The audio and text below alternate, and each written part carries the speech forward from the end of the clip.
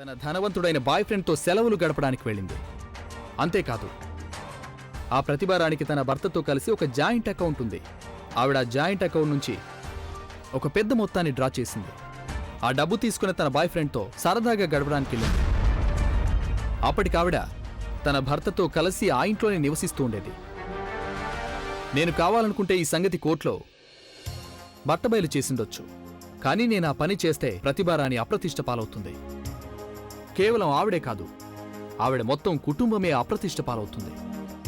మాట పెరుగుతుంది. ఇరుపక్షాలు ఒకరి మీద ఒకరు బురద చల్లుకుంటారు. అలా జరగడం నాకెంతమాత్రం ఇష్టం లేదు. ఒక మంచి మనిషిలాగే నేను కూడా స్త్రీలను చాలా గౌరవిస్తాను. అలాంటప్పుడు వాళ్ళ రిలేషన్షిప్ స్టేటస్ గురించి ప్రస్తావించకుండా, ఏ ఒక్కరి శీలాన్ని వేలెత్తి చూపించకుండా నా క్లయింట్కి న్యాయం చేయగలిగినట్లయితే అందులో అభ్యంతరం ఏముంటుంది? నేను మీకు ఒకటి తెలియజేస్తున్నాను. కోర్టులో కేసు గెలవడానికి నేను అలాంటి నీచమైన చీప్ ట్రిక్స్ ఉపయోగించుకునేవాణ్ణి కాదు.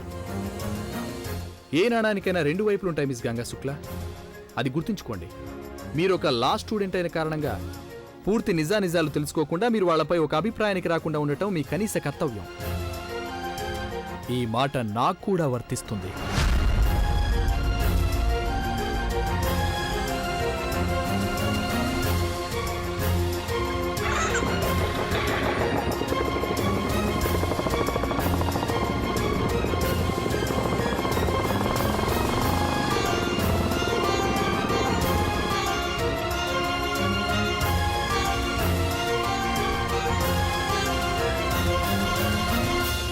ఈ ధనియాలు తీసుకోండమ్మా. మీరు నన్ను రమ్మన్నారు అత్తయ్య?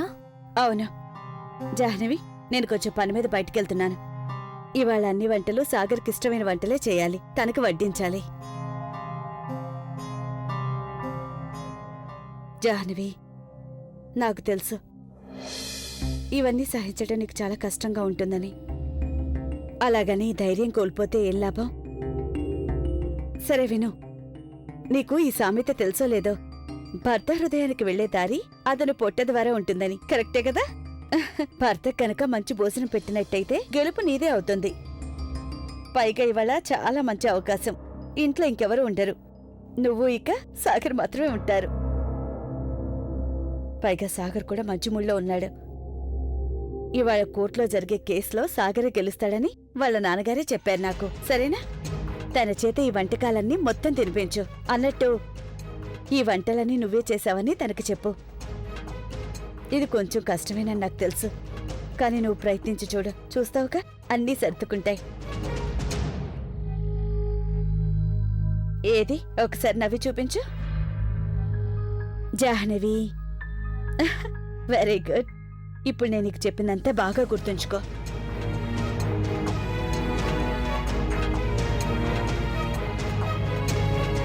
తల్లి, భోజనం డైనింగ్ టేబుల్ మీద పెట్టమంటావా?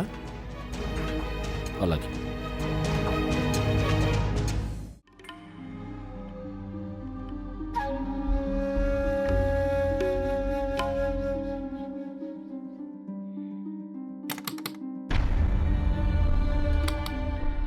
జాహ్నవి, జాహ్నవి, తలుపు తీ.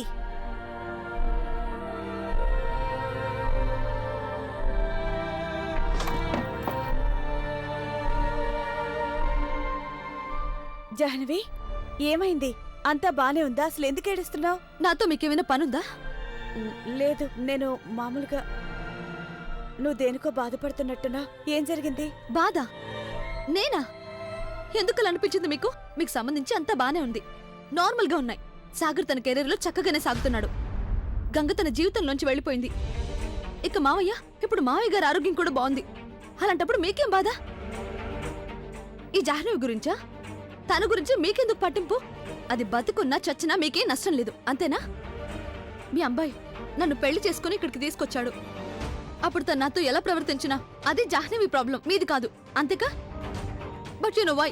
నా విషయంలో ఏది సరిగ్గా లేదు, ఏ ఒక్కటి బాగోలేదు. I can't take this anymore. ఇది నేను అస్సలు భరించలేను. నాకెవరి సానుభూతి అక్కర్లేదు, మీది అక్కర్లేదు, ఇంకొకరిది అక్కర్లేదు. So just leave. మీరు ఇక్కడి నుంచి వెళ్ళిపోండి, సరేనా? జాహ్నవి,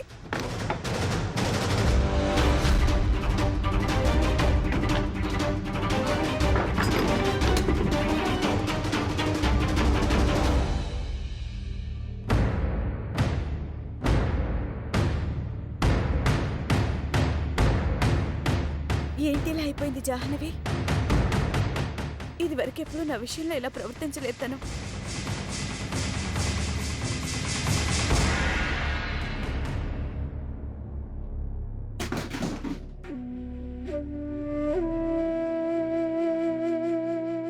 నా దగ్గర నీకు పనికొచ్చే మంచి మందుంది.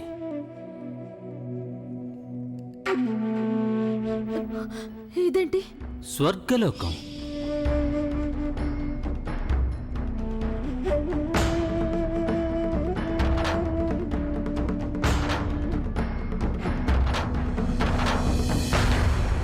ఈ మాత్రని గనక నువ్వు నిద్రపోవడానికి ముందేసుకుంటే అప్పుడన్నీ చాలా మంచి మంచి మధురమైన కళ్ళు వస్తాయి. తర్వాత నువ్వు పొద్దున్నే లేచినప్పుడు అంత ఫ్రెష్గా ఉంటుంది.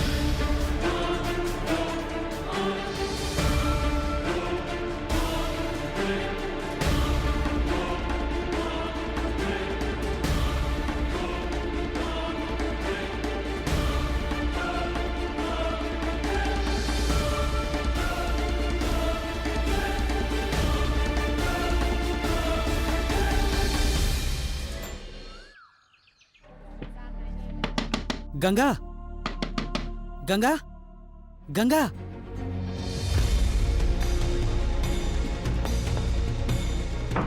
ఏమైంది ప్రదీప్ బాబు? సుప్రీకి ఏమైందో తెలియట్లేదు. కొంచెం వచ్చి చూడు ప్లీజ్. నాకేం అర్థం కావట్లేదు. ఏమైంది సుప్రియకి? పద పద పద. సుప్రియా ఏతను ఎక్కడుంది? వాష్రూమ్లో ఉందేమో. పొద్దుటి నుంచి వాంతులు చేసుకుంటుంది. తల తిరిగిపోతుందంటుంది, ఒళ్ళు తూలిపోతుందంటుంది. ఏమైందో అర్థం కావట్లేదు. ఆ మాట అడిగితే చెప్పడం లేదు తను. సుప్రియా, ఏమైంది నీకు? నీ ఆరోగ్యం బాలేదా? జ్వరమా? జ్వరమేం లేదే, నుదురు చల్లగానే ఉంది. మరి వాంతులు ఎందుకు అవుతున్నాయి? తప్పకుండా బయట నువ్వేదో తిని ఉంటావు సుప్రియా. అలాంటిదేం లేదు. ఊరికే మైకం వస్తుంది, కళ్ళు తిరుగుతున్నాయి, బీపీ లో అంటుంది. సరిగ్గా తిన్ను కూడా తినదు. తన సంగతి అసలు పట్టించుకోదు. అదేం లేదని చెప్తున్నాను కానీ పట్టించుకో సుప్రియా. రోజంతా పని చేస్తూనే ఉంటావు. మరి ఆరోగ్యం చెడిపోకుండా ఎలా ఉంటుంది? మాట్లాడు, ఇంకేం మాట్లాడుకు. రా, ఇలా రా, వచ్చి కూర్చో. పడుకో పడుకో పడుకో నువ్వు. పడుకో. గంగా, నువ్వు కూడా మాట్లాడకుండా పడుకో సుప్రియ. ఇవాళ రోజు అంతా నువ్వు మంచం దిక్కకూడదు, ఈ గదిలోంచి బయటికి రాకూడదు, రెస్ట్ తీసుకుంటూ ఉండాలి. సరిగ్గా చెప్పావు నువ్వు. సరే అయితే. ఇదిగో ప్రదీప్ బాబు, నువ్వు కొంచెం ఆ డాక్టర్ అమలా గారికి ఫోన్ చెయ్యి. సుప్రియకి ఒంట్లో బాలేదని చెప్పు. ఆవిడ ఒకసారి వచ్చి చూడమని చెప్పు. సరే. డాక్టర్ని రమ్మనాల్సిన అవసరం ఏముంది? అవసరం ఉంది. నువ్వేం మాట్లాడుకో. ఇక డాక్టర్ వచ్చి చెప్తేనే వింటావు నువ్వు. మేము చెప్పేది వినిపించుకోక.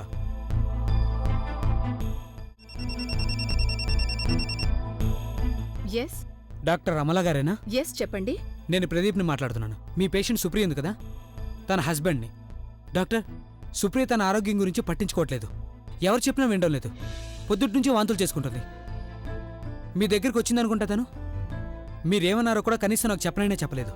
డాక్టర్, సుప్రియకి పర్వాలేదుగా? She's fine mister Pradeep Chaturvedi, don't worry. ఇలాంటి పరిస్థితుల్లో ఒక్కోసారి అలా జరుగుతూ ఉంటుంది. దీన్ని మార్నింగ్ సిక్నెస్ అంటారు.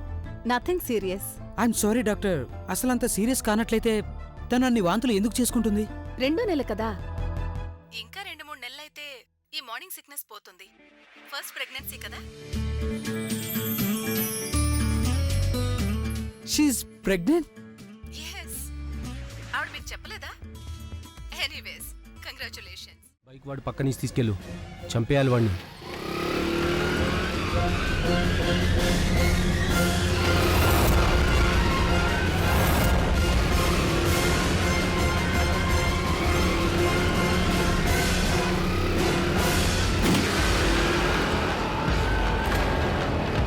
నేను మీతో పాటు పనిచేయడానికి సిద్ధం.